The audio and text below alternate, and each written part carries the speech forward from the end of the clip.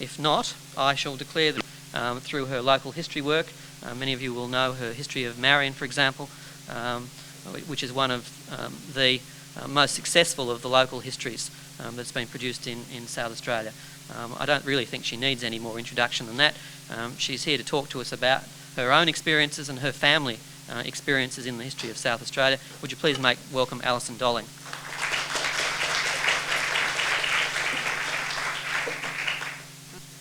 I'll see what I can do. I want to thank Robert for his very brief AGMs, the shortest one I've ever been to. When he, I think it was Pauline, first of all, who rang me and asked me whether I'd like to speak, and I said, well, I've got nothing to, I'm doing no paper, I'm not doing anything erudite. No, I don't think I possibly could. And then Robert rang me, and he sort of wouldn't let the telephone go.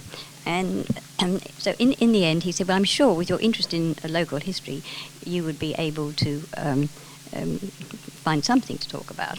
So I had a little think, and I have come up with something. Actually, the title is, I think, A Life with South Australian History, and that's right.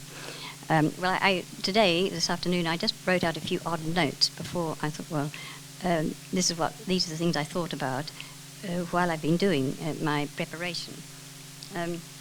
Because we all have something to tell, of course, and every generation has something in common. And if you ask anyone of my generation about this, that, or the other, you will get some sort of historical perspective, I think, on what has happened over the last, say, 50 years. So I call ourselves the carriers. We're all carriers of history in some form or other, a mirror of our times. And we're also makers of history, because we are the primary sources. We're always talking about going to primary sources. Well, we are the primary sources sometimes ourselves.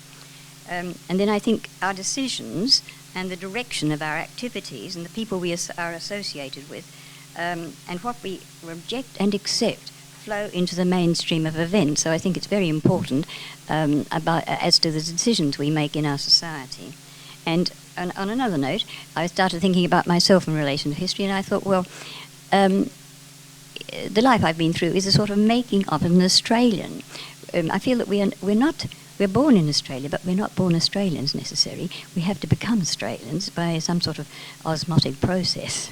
So gradually we become Australianised within ourselves. And of course, every generation of Australian is different from another. I was different from my parents' generation, and some of you younger ones are different from me in my generation. And so we all have different perceptions and attitudes, and even in our own lifetimes, our attitudes and perceptions change. Now, having said that, I think I'll get on with the first part. I don't know whether I can get on to my second part, but my first part relates to a great uncle of mine on my mother's side, who came out here in 1880 after his father died in 1879. He and his two brothers came out, and then in 1881 I think he gave the okay to his mother and three sisters. Now the mother died on the way out on the Harbinger. I picked that up when I was doing my Marion research. The three girls came on ahead. I don't really know what happened to the girls. One of the boys seems to have disappeared from the scene. My great-uncle was the one who seemed to achieve the most, because my grandfather died when he was about 32 at Broken Hill.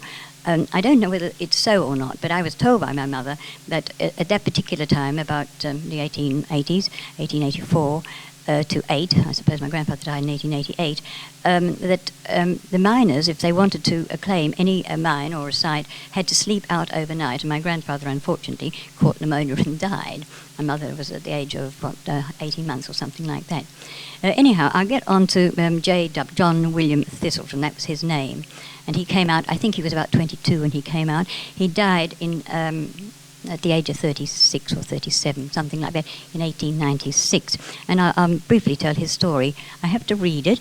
Unfortunately, my two old typewriters broke down in the process, so I got another one, a sort of electronic one, and I'm not used to it. I've been bouncing all over the place, so I said to Robert, I don't know what I'm going to read, because I get all sorts of K's and double S's and triple E's and all sorts of things, and I really don't know. If I make a mistake here and there, please forgive me. Or I fumble and stumble over things. All right, well, I get on to my talk. Now, I owe something to Dick Kearns, your late president, for his little book, Silverton, in which I first pick up the activities of, I call him JW, of JW.